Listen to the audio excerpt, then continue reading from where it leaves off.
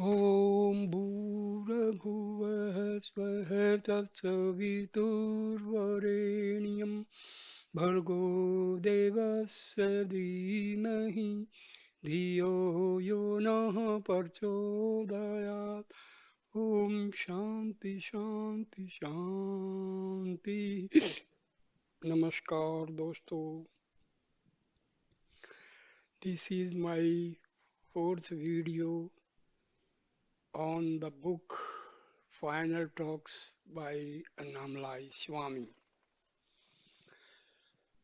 I start with a question the devotee asks, but still I must keep up with the inquiry. Annamalai Swami, if you remain in the self, inquiry will not be necessary. If you move away from the self and go back to the mind, you then have to inquire again and go back to yourself. Question. To whom does this intensity to realize the self arise? It has to arise to the I that ultimately has to disappear. Annamalai Swami answers, who is this I? It is neither the body nor the mind. If you remain as the self, there is neither body nor mind. So, what is this I? Inquire into it and find out for yourself. When you see the rope, what happens to the snake? Nothing happens to it because there never was a snake. Similarly, when you remain as the self, there is a knowing that this I never had any existence. All this is the self. You are not separate from the self. All is you. Your real state is the self, and in that self there is no body and no mind. This is the truth, and you know it by being it. This I am the body idea is wrong. This false idea must go, and the conviction I am the self should come to the extent that it becomes constant. At the moment, this I am the body idea seems very natural for you. You should work towards the point where I am the self becomes natural to you. It happens when the wrong idea of being the body goes and when you stop believing it to be true, it vanishes as darkness vanishes when the sun appears. This life is all a dream within a dream, within a dream. We dream this world, we dream that we die and take birth in another body. And in this birth, we dream that we have dreamed. All kinds of pleasures and suffering alternate in these dreams, but a moment comes when waking up happens. In this moment, which we call realizing the self, there is the understanding that all the births, all the deaths, all the sufferings, and all the pleasures were natural dreams that have finally come to an end. Everyone has experienced dreams within dreams. One may dream that one has woken up from a dream, but that waking up is still happening within a dream. Our whole lives are dreams. When this dream life and a new one begins, there is no knowledge that both dreams are happening in the underlying dream of samsara. Bhagavan has instructed us in Who Am I to see the whole world as a dream. When realization comes, nothing will affect you because you will have the firm knowledge that all manifestation is an unreal dream. Question. When I was in Germany, I used to meditate in front of Bhagwan's picture and feel very peaceful. One day, while I was sitting as usual in front of Bhagwan's picture, a light started emerging from the eyes of Bhagwan. It flowed out of the photo and embraced me. Soon afterwards, I went into a peaceful, blissful, timeless state that I had never experienced before. I totally forgot about my body, time, and my surroundings. There was only peace and consciousness. That experience made such a deep impression on me, it created a strong yearning in me to regain the experience, but I never got it back. No matter how much I try, I never feel that I am getting any closer to it. How can I get this experience back? Annamalai Swami reply. By constant self inquiry, who had the experience and who lost it? Who has the yearning to regain it? Who has all these thoughts about it?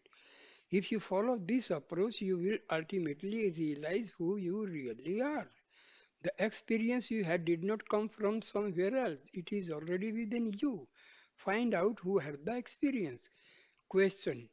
In order to do self inquiry, we have to use the mind, which is mostly troublesome and in reality does not even exist. Why is this? Annamalai Swami replies, the mind that we use for self inquiry is the pure mind, the sattvic mind. By using this sattvic mind, we do self inquiry to remove the impure mind, which is rajas and tamas. If you keep on doing self inquiry with the sattvic mind, ultimately this sattvic mind will be dissolved in the self. Question.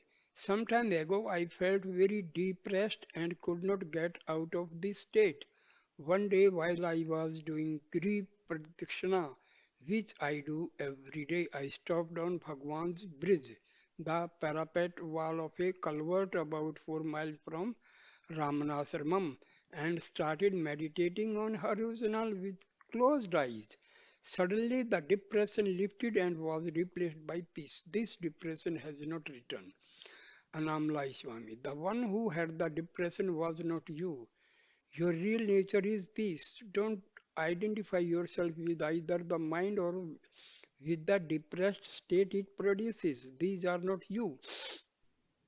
Question. After this depression left me, I found that I was always in a peaceful state. Soon afterwards, I met an Indian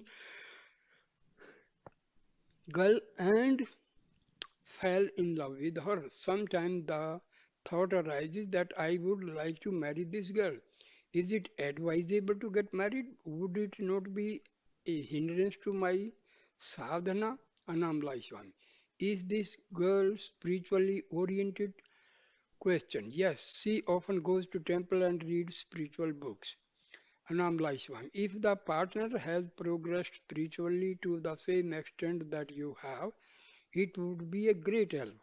But if one partner is less interested in spiritual matters than the other, the one who has less interest will drag the other down, unless the more interested partner is spiritually very powerful. And in such a situation, there would always be quarrels and tension. If both partners have the same spiritual yearnings to realize the self, married life is okay. Otherwise, it is a hindrance. Question. How can we keep our sadhana in the middle of all our daily activities? It is very difficult. Annamalai Swami replies, Ramakrishna was once asked this question, and in reply he gave the example of a child who was playing by spinning round and round. If you do this, you will soon get dizzy and fall over. But if the same child spins round and round while holding firmly onto a post at arm's length, the child's grip on the post will keep him upright and prevent him from falling. On in this dizzy, spinning world of samsara, if you hold on to the post of the self, you will be able to stay upright and not fall over. I can give you another example. When you cut jackfruits open with your bare hands, there is an unpleasant milky liquid inside that sticks to your fingers and makes it very hard to take out the fruit. And afterwards, it takes hours to scrub it all off. However, if you put a little oil on your fingers before you start the work, this milk liquid will not bother you because it cannot stick to your oiled hands. Without some protection, contact with worldly matters can prove to be sticky and unpleasant. But if you oil yourself with remembrance of the self, you can move smoothly and efficiently through the world without having any of your business affairs stick to you or cause you any trouble or inconvenience. When there is a remembrance of the self, everything in life proceeds smoothly and there is no attachment to the work that is being done. Question. While you were doing a lot of work in the ashram, how did you manage to keep up your sadhana? Annamalai Swami. In those days, Bhagwan was accessible for most of the time, so I was able to get regular guidance in my sadhana. He told me to read Sivananda Lahiri, Elam Andre, Updesasram, and his other writings. He also told me to do prayana, chanting of scriptural works. All this was very helpful in keeping my mind on the self during work. Sri Bhagwan often said, while doing the work, don't have the idea I am doing the work. If you can keep up this attitude, work will not be a burden and no problem will touch you. Don't differentiate between work and meditation. If you don't differentiate, every job you do becomes meditation. And don't make distinction between different kinds of work. Don't think this is a good work, that is a bad work. If you treat all work equally and work you do will be beneficial for your sadhana. Question. We have to live in the world and deal with people, many of whom will try to take advantage of us. Being quiet and detached is one thing, but should we be so quiet and uninterested that we allow other people to take advantage of our passivity? Annamalai Swami replies, you can be quiet within and be tough on the outside if that is the role you have to play in the world. There is a story about a snake that lived under a bush by the side of the street. Whenever people passed the bush, the snake made a lot of noise and tried to bite them. It gave a lot of trouble to anyone who came near. One day, a passing sadhu passed the bush and the snake, as usual, put on an aggressive show of behavior. The sadhu, who could communicate with animals, said, keep quiet and don't bite people. You don't have to behave like this. Live a peaceful life and don't trouble and people who walk past. Don't trouble the people who walk past. The snake heeded the advice and from that day on its behavior completely changed. It sat quietly under its bush and never troubled any one of the people who walked past. Within a few days, the local people realized that the snake was no longer a threat to them, but instead of being relieved, they would throw stones at the snake or try to chase it away. People have this instinctive response to snakes. Whenever they see one, they feel compelled to commit some act of violence against it. The snake ignored the provocation for a while, but it soon realized that this new state of affairs was not an improvement on the previous one. A few days later, the sadhu came by and asked how the snake's new lifestyle was going.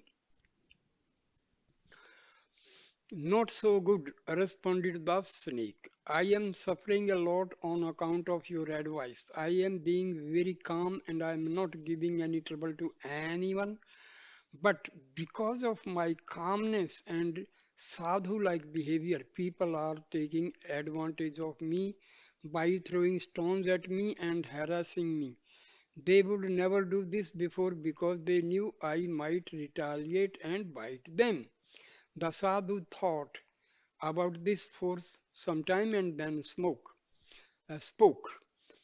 I advised you to be calm and not trouble anyone, but that doesn't mean that you have to sit here passively while people come along and hurt you. When people come to cause you trouble in future, just pretend that you are going to bite them. You can be angry on the outside, but on the inside you can still be calm. From then on, the snake adopted the new tactic of hissing at everyone who came past his bush just to let them know that he was still a potential threat.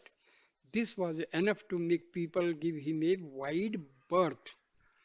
We can all be like this if circumstances demand it. There are occasions when a show of anger is needed. We can play the role of being angry, but at the same time, we can know that we are just acting out a role that is needed at a particular moment. Internally, we can be peaceful while all this is going on. Que- Annamalai Swami answers.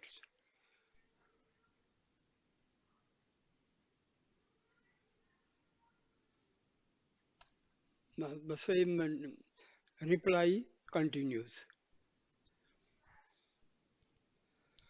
Gyanis usually come to their last births with a mountain of punyas on account of what they have done in their previous lives.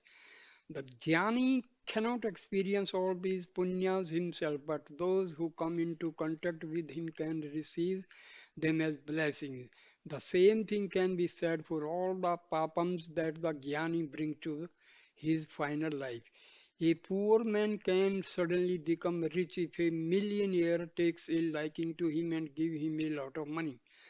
Those who come to a jnani and do selfless service to him find themselves becoming spiritual millionaires when they receive the Jnani's unused punyas. And those who come to abuse and insult the Jnani end up receiving all his unused papams.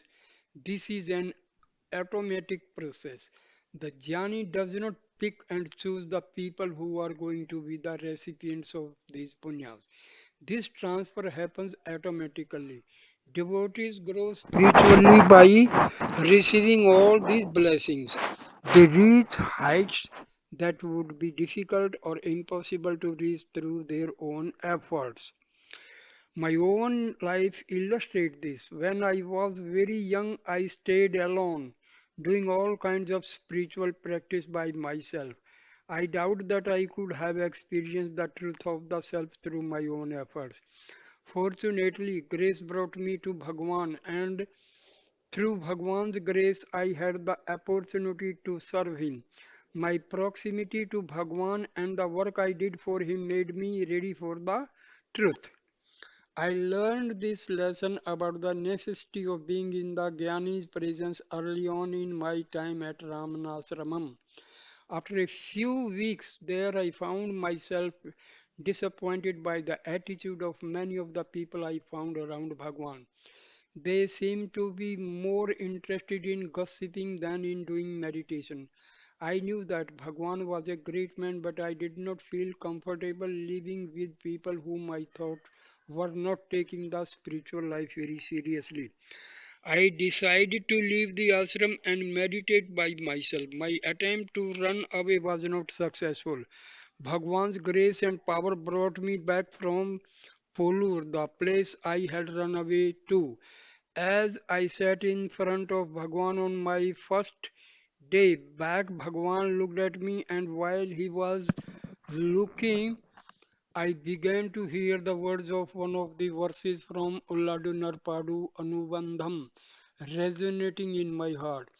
The supreme state which is praised and which is attained here in this life by clear inquiry, which rises in the heart when association with the sadhu is gained, is impossible to attain by listening to preachers, by studying and learning the meanings of the scriptures by virtuous deeds or by any other means.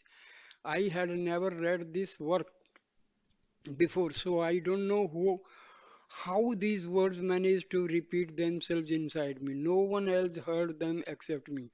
The words praises association with the Jnani, saying that association with such a being is far more productive for sadhaks than doing spiritual practice by oneself. After hearing these words, I got the courage to stay on at Ramanasramam and serve Bhagwan.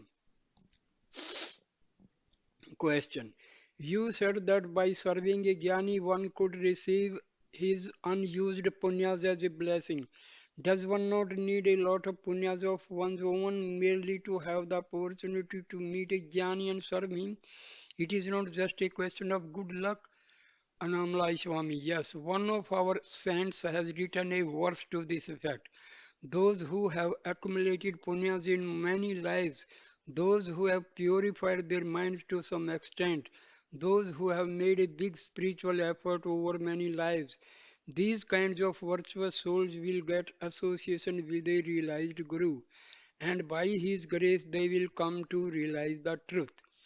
If you want to get out hot, you have to go near a fire. If you want water, you have to go to a well. And if you want grace to realize the self, you will have to go to a jnani. Bhagwan would occasionally quote a verse from Kabbalah Navanita that says, the immemorial Vedas declare that single-minded devotion to a holy sage is not only pleasing to Brahma, Vishnu and Shiva together, but also secures the rewards of all the Vedic rites and finally liberation from the cycle of birth. After my first attempt to run away, I never left Bhagwan again. I never went anywhere else to do my spiritual practices. I just listened to what my Guru told me and I carried out his instructions to the best of my ability. Then one day in the hall, Bhagwan turned to me and said, your karmas are over. I had this great opportunity to surrender to a Guru like Bhagwan, to trust him and to serve him. It did not happen through my own efforts. This kind of thing happens very rarely. For being such a Bhagwan don't appear very often. For beings such as Bhagwan don't appear very often. If you want to learn, you have to go to school. If you want jnana, you have to go to a jnani. I want to speak some more about the grace of the Guru. Bhagwan told me that the Guru is the self who is within. The self manifests in a form and pushes the minds of the devotees toward the self. At the same time, the Guru resides within us as the unmanifest self. From the inside, he is pulling us towards him. This pushing and pulling is the Guru's grace. For the Guru's grace to work on us, we have to surrender.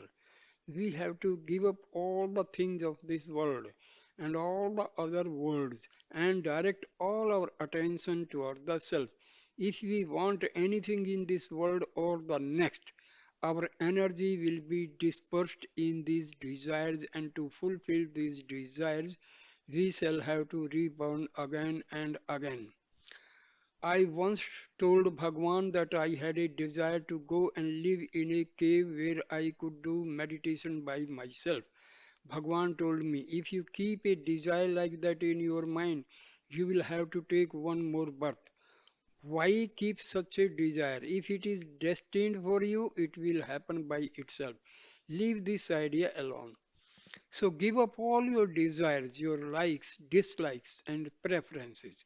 If you are truly the whole, which part of yourself will you like or dislike? To strengthen my resolve, Bhagwan would sometimes tell me inspiring stories of service and devotion from the lives of other great teachers. He twice told me about Virupakshadeva and Guhaya Namashivaya, two great beings who lived on Arunachala several centuries ago. These two served their Guru in Karnataka very faithfully for many years. At the end of this period, the Guru sent both of them to Arunachala and told them to meditate there. They came here and picked different spots for their tapas. Virupaksha Deva sat in the cave that is now named after him, and Guhai Nama Shivaya picked a cave that was further down the hill. They both attained liberation after years of meditating here. Eventually, they attracted the devotees of their own and started ashrams here. Perhaps Bhagwan told me this story because he knew that it was my destiny to be sent to meditate myself after many years of service. If a disciple serves a guru, the guru does not gain anything from it, but the disciple by his service becomes purified and fit to receive the truth. A ship may be taking you to the other shore of the ocean, but the ship itself is not gaining anything from you. There is one more verse that I want to quote for you. It was sung by Manika Vachagar, whose supreme devotion to Shiva enabled him to realize the self. Bhagwan often quoted Manika Vachagar's poems to us. I gave myself to you. In return, you must give yourself to me. So, in this business of giving and taking, who is the real winner? In our transactions, I received limitless ananda from you. But what did you get from me? Nothing. Just a useless ego. So, now you are residing in my heart. What more do I need? I have become fulfilled. I need nothing because you are in my heart. Manikavachagar could sing like this because Shiva himself was residing within him as his own reality. His desires were fulfilled, he needed nothing. Annamalai Swami further says, in the 1930s, I received a telegram stating that my father had passed away. I reported the fact to Bhagwan and asked, please give him moksha, liberation. Bhagwan nodded and said, yes. Soon afterwards, Chinna Swami asked me to take a bath because in our Hindu tradition, when either our father or mother dies, we have to take a purific purificatory bath. I told Chinna Swami, my father has not died. Bhagwan is my father. He is still here. The man who has just died was the father in my last birth. My father in this birth is Bhagwan, my Guru. I don't need to take a bath. There is another Hindu tradition surrounding death. If anyone dies in the family, we don't take food until the body has been disposed of.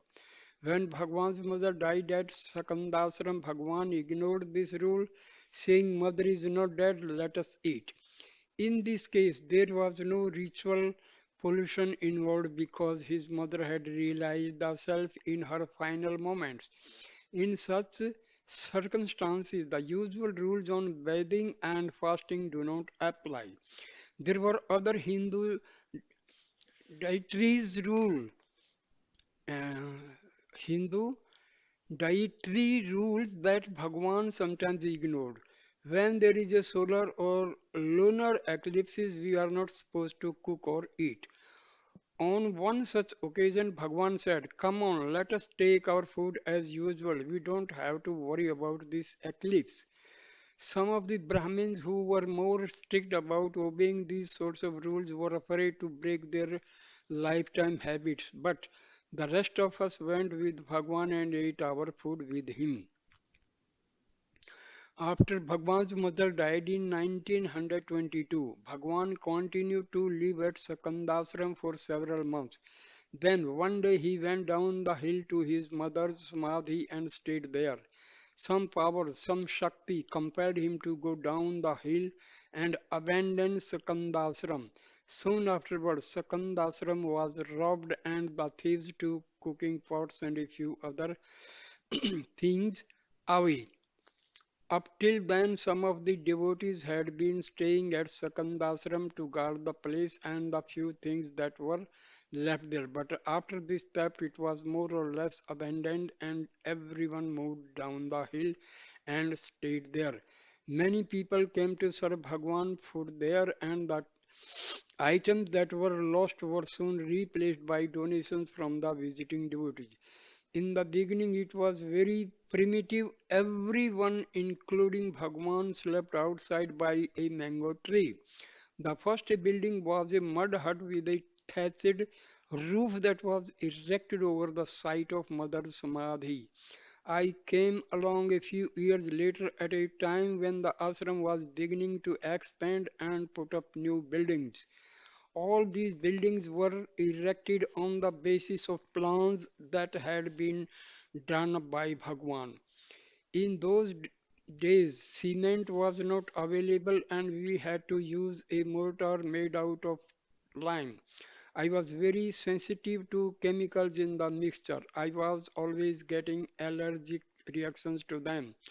Every morning I would wake up with pus oozing out of my eyes. I had to work outside in the heat all day and my body felt like it was overheating even during the cool of the evening.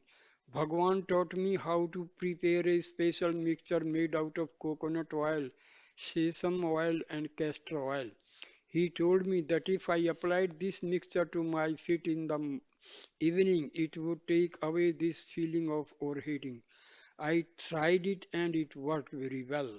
Up till then, I had found it hard to sleep at night on account of this feeling of heat that was always in my body. After I started applying this mixture, I always had a good night's sleep. At some point while I was serving Bhagwan, the ashram acquired the house in Tiruchoji where Bhagwan was born. Chinna Swami asked me to go there and do some construction work on the old house. He wanted to turn it into some kind of temple. I did not want to leave Bhagwan, so I told Chinna Swami I have completed all my temple worshipping and my bathing in holy waters in my previous birth. That's why I have come to Bhagwan now. I don't need these activities anymore. Chinna Swami did not pursue this matter with me and I never went to Trichuji.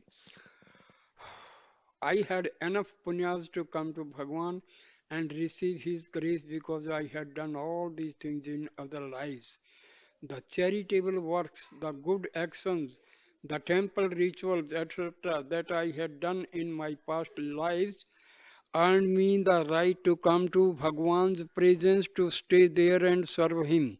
They had served their purpose and I did not need them anymore. All these ritual activities lost their appeal for me within a few days of encountering Bhagwan and his teaching. Question. In Swami's book, I read that he liked to drink the water that had been left in Bhagwan's cup. This is more kind of ritual that he persisted with long after he came to Ramana. Does Swamiji make a distinction between ordinary rituals and accepting leftovers from the group? Annamalai Swami. When I worked in the ashram, I used to drink the water with which Bhagwan had washed his hands. I would get this water 2 or 3 times a day. Even after moved at Palakoto, I still occasionally drank this water because Mudaliar Patti sometimes used to bring it to me. She knew that I liked this water and she knew that I had been accustomed to drinking it. Sundaram translating. I once asked Swamiji why he was so attached to drinking this water. He said that it was on account of a story he had read when he was still living in his village. The story was about a sage called Patinathar who lived with his disciple Badrigiriyar, Badragiriyar in a village called Tiruvidamrudur. Tiruvidamrudur. Annamalai Swami, continuing the story. Every day these two used to give their leftover food to a dog. Sometime later this dog died and took birth as a princess in the household of the king of Banaras. When she grew up, the king wanted to arrange her marriage, but she refused, saying that Instead of marrying, she wanted to see a sage called Pata- Patinadar, who lived in Tiruvidai Marudar. Tiruvidai Marudur. Seeing how determined she was, the king himself agreed to take her to see this man. As soon as she arrived there, Patinathar recognized her and told his disciple that in her previous life she had been the dog that had been given their leftover food. Then Patinathar added, she will become enlightened because she ate that food. The disciple found this whole story hard to believe. How can a dog take birth as a human being? He asked. And how can she get enlightened merely on account of having eaten this food? Patinathar answered, I will show you, and then proceeded to walk to a nearby Shiva temple. The princess and the disciple followed.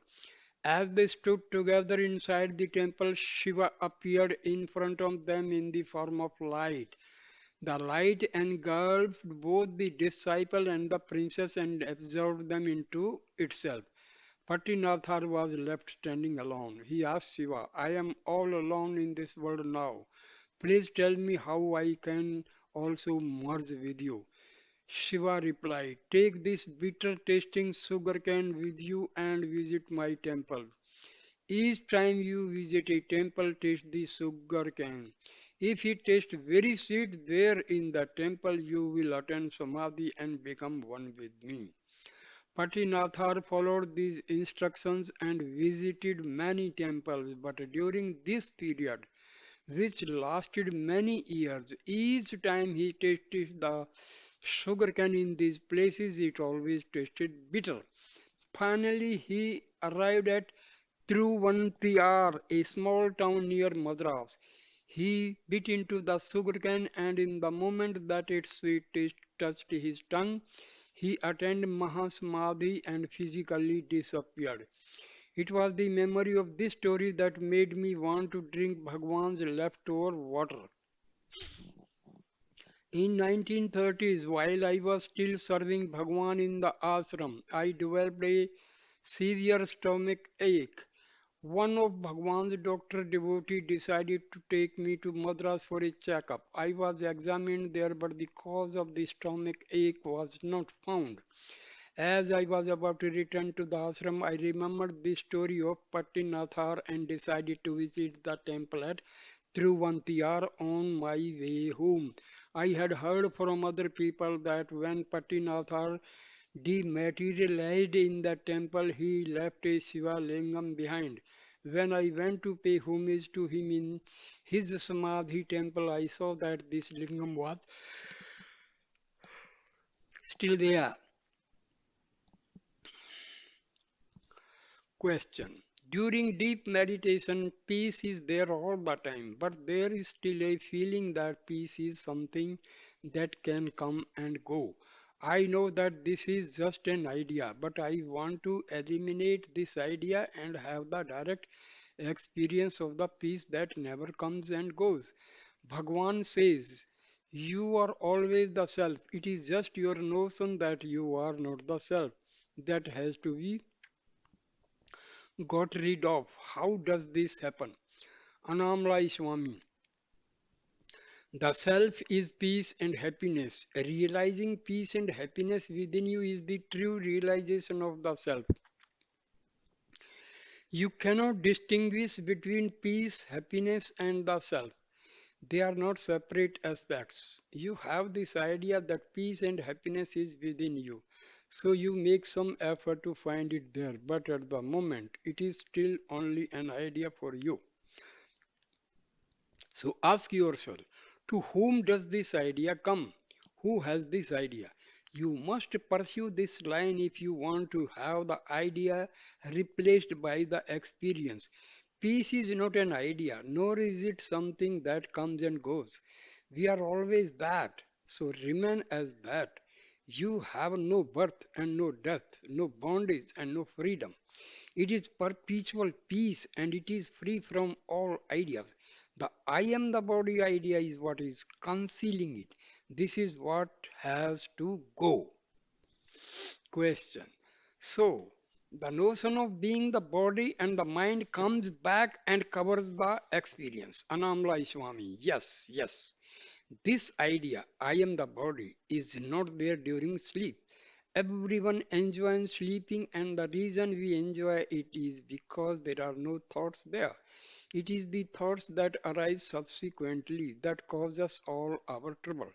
There is no separate entity during sleep because no thought has arisen to create the image of one.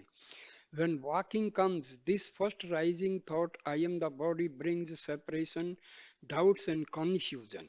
If you can be without it in the waking state, there will be the knowledge, I am Ramana, I am Arunachala. Everything is myself, Rama, Krishna, etc. are all you.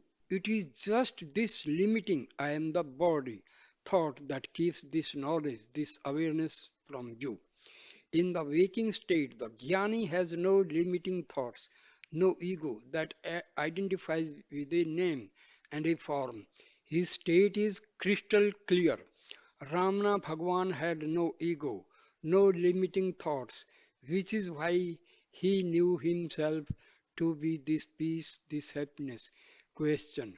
How can we avoid getting attached to the form of the Guru, to his personality, and to the place where the Guru lives? Annamalai Swami. If you completely avoid attachment to your body and mind, then all other attachments will vanish. Identify with that which is neither body nor mind, and all your attachments will go. You can only put your attention on one thing at a time. While it is on the mind or the body, it cannot be on the self. Conversely, if you put attention on the self and become absorbed in it, there will be no awareness of mind and body. Even night, every night during sleep, you let go of your attachment to both the body and the mind, and the result is silence, peace, and an absence of duality. You can have this silence, this peace, and this absence of duality in the waking state by not relieving the rising thoughts that create duality for you. Resist limiting thoughts. Replace them with the thoughts such as all is myself, everything is myself, all animals, all things are myself. What you think, you become. If you understand and experience that everything is yourself, how can you have likes and dislikes? If everything is you, there will be no desire to avoid anything, no impulse to discriminate in favor of anything. If you want to discriminate at all, avoid bad company and bad thoughts. At night, when you suddenly start to experience the cold, you pull a blanket over yourself. Pull the blanket of discrimination over yourself when you feel that there is a possibility of bad company and bad thoughts dragging you down. You may need to do this, but the Jnani will not, because nothing can ever drag him back into the realm of false identifications again. He will always be in that state in which he knows everything to be himself. He will never again have the idea that anything is different or apart from his own self. Annamalai Swami continuing, Bhagwan watched me very closely in the years that I served him in the ashram. One time I went to the mother's temple where many people were talking about worldly matters. Bhagwan called me back saying, why should you go to that crowd? Don't go to crowded places. If you move with the crowd, their vasanas will infect you. Bhagwan always encouraged me to live a solitary life and not mix with other people. That was the path he picked for me. Other people got different and advice that was equally good for them. But while he actively discouraged me from socializing, he also discouraged me from sitting quietly and meditating during the years that I was working in the ashram. In this period of my life, if Bhagwan saw me sitting with my eyes closed, he would call out to me and give me some work to do. On one of these occasions, he told me, "Don't sit and meditate, it will be enough if you don't forget that you are the self. Keep this in your mind all the time while you are working. This sadhana will be enough for you." The real sadhana is not to forget the self. It is not sitting quietly with one's eye closed. You are always the self. Just don't forget it. Bhagwan's way does not create a war between the mind and the body. He does not make people sit down and fight the mind with closed eyes. Usually, when you sit in meditation, you are struggling to achieve something, fighting to gain control over the mind. But Bhagwan did not advise us to engage in this kind of fight. He told us that there is no need to engage in a war against the mind because mind does not have any real fundamental existence. This mind, he said, is nothing but a shadow. He advised me to be continuously aware of the self while I did the ordinary things of everyday life, and in my case, this was enough. If you understand the self and be that self, everything will appear to you as your own self. No problems will ever come to you while you have this vision, because you are all and all is the self. Choices about liking or disliking will not arise. If you put on green tinted glasses, everything you see will appear to be green. If you adopt the vision of the self, everything that is seen will be the self and self alone. So these were Bhagwan's teachings for me. If you want to understand the self, no formal sadhana is required. You are always the self. Be aware of the self while you are working. Convince yourself that you are the self and not the body or the mind, and always avoid the thought, "I am not the self."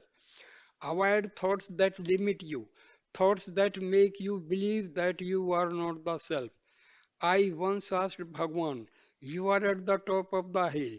You have reached the summit of spiritual life, whereas I am still at the bottom of the hill. Please help me to reach the summit." Bhagwan answered, "It will be enough if you give up the thought I am at the bottom of the hill. If you can do this, there will be no difference between us. It is just your thoughts that are convincing you that I am at the top and you are at the bottom. If you can give up this difference, you will be fine."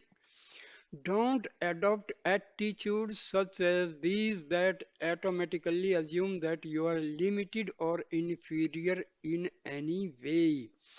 On another occasion, I asked Bhagwan, "Nowadays, many people are crossing big oceans by plane in very short periods of time.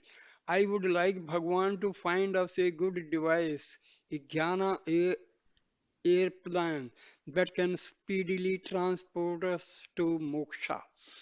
This time Bhagwan replied, "We are both traveling in a Jnana airplane, but you don't understand this." In this answer to me, Bhagwan would never let me fall into the false belief that I was separate or different from him, or that I was a person with a mind and a body who needed to do something to reach some exalted spiritual state. Whenever I asked him questions that were based on assumptions such as these, he would show me the error that was implicit in the question and gently point me back to the truth, the self. He would never allow me to entertain wrong ideas. Question: what other questions did Swamiji ask during his early days at Ramana? Annamalai Swami replies, "When I first came to Bhagwan, I used to ask questions about liberation, what is bondage, what is freedom, and so on. Vrugnar, who was sitting next to me on one of these occasions, laughed and said, "This body doesn't even know what liberation is and what bondage is." I think he was amused by the innocence of my inquiries. After I began serving Bhagwan, I listened very attentively to all the philosophical explanations that he gave. I also talked to Chadwick and other devotees about various aspects of Vedanta. I gradually absorbed the teachings until a point came where I could say that I had a good working knowledge of Bhagwan's teachings and the various other systems that were being discussed in his presence. In one of his later songs, Murugnar wrote about Bhagwan. You make wise people of those who come to you in an ignorant state. This is the grace of Ramana. I always felt that this was a reference to me. It was not easy in the beginning. When I first came to the ashram, I was so forgetful. I rarely remembered anything that Bhagwan said because I was so forgetful. I used to keep a paper and pencil and write down whatever Bhagwan was saying. I felt that my forgetfulness was a hindrance to observing Bhagwan's teaching.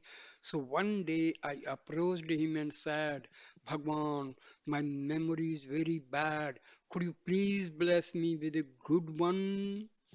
Bhagwan looked into my eyes for a few minutes without saying anything. From that day on, my memory became very clear and sharp, so much so I gave up carrying my pencil and paper. A woman on a pilgrimage stopped off to visit Annamalai Swami and asked for his blessings and advice. Annamalai Swami reacts. Don't forget yourself wherever you go. If you can manage this, you will not need anything else. A student once came to Bhagwan and told him that he wanted to go for further education. Bhagwan told him, "This education is good for you. Study more, but at the same time, study the person who is studying. Study yourself." One of the old Siddhas, Tamil poet saints who lived about 1000 years ago, composed a song. I yearned for and searched for the truth. I ran everywhere looking for it. I wasted my life, my time, and my energy looking everywhere for this truth. So much time was wasted in this pursuit. I have grown old and am about to die, but finally I have understood that the truth light is within myself. You are going to different places on a pilgrimage, but what you are really looking for is yourself. You cannot achieve success in this by going on external searches because you yourself are the one that is being looked for. Your real nature is peace. Forgetting this, you have lost your peace and you are searching in the outside worlds where there is no peace to be found. This is the teaching of Bhagwan, my Guru. I am passing it on to you. You must understand who you are and what you are, and then you must remain as that. If you can manage this, this itself will suffice. Right now, you are under the impression that you are your body and your mind, but the truth is you are the self. Let go of the I that you imagine yourself to be and catch hold of the real I that is the self. What do you hope to gain from your pilgrimage from going here and there in an external journey? You are holding on to the idea that you are your body and your mind. Having assumed this, you are now looking for an external God so that you can worship Him. Though such worship may be beneficial, it will not take you beyond the realm of the mind. While you hold on to the idea that you are a person inside a body, whatever you see will be a manifestation of your own mind. You cannot transcend the mind by worshipping your own external projections. All these external appearances that you see in front of you are Maya. They have no fundamental abiding reality. To find the self, to find what is true and real, you have to look inside yourself. You have to find the source, the place where all these mental projections arise. You are looking for satisfaction in the outside world because you think that all these objects you see in front of you are real, they are not. The reality is the substratum in which they all appear. This is what you should be seeking instead of looking for external gods in the different pilgrimage places. An elephant is made out of wood. If we see it as wood, it is wood. But if we get caught up in the name and form, we will see only an elephant and forget that it is underlying nature is wood. All is your own self. This form is different, that form is different, this is more powerful, this is worse. These are all judgments you make when you see separate objects instead of having the true vision that all is an undifferentiated oneness. There may be different varieties of light bulbs, but the current that activates and sustains them is the same. You must learn to become one with this activating current and unmanifest self, and not get caught up in all the names and forms that appear in it. Here is another verse from one of the Siddhas. Because of your ego, you are going to the forest to look for spiritual light. You are looking for this darshan of light in Badrinath and other Himalayan pilgrimage places. These things are the illusion of the mind. They depend on the states of the mind and the functioning of the mind.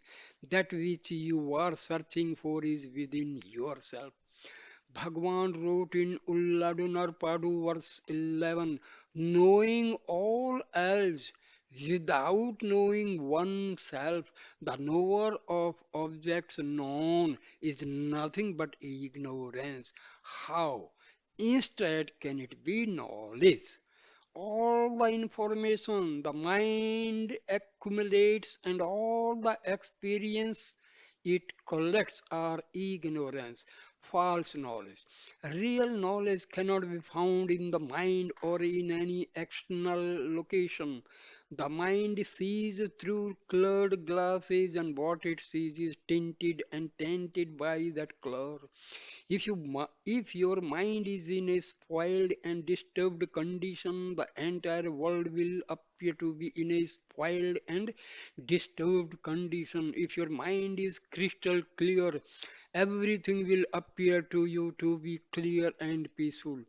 Your most important objective must be realizing the self. If you have not done this, you will spend your time in ignorance and illusion. Your mind, this world, they are all Maya. Don't become a slave to this Maya. Instead, realize the self and let Maya become your servant. I have just remembered another verse from the Siddhas. Many people have struggled years together to realize the self. Millions and millions of people have struggled looking for the light outside themselves. If these millions and millions of people have died without understanding the self that is within them, it is because they did not understand the real path. You must find someone who has followed the right path, someone who has discovered this inner truth for himself and who stabilized himself there. Such a one will give you good advice. He will not send you out on unproductive adventures in the outside world. Following the advice of someone who has not reached this state is simply a case of the blind leading the blind. Neither knows the right path, and both will eventually fall into a big hole. You may find a fruit that is very bitter and decide to improve its flavor.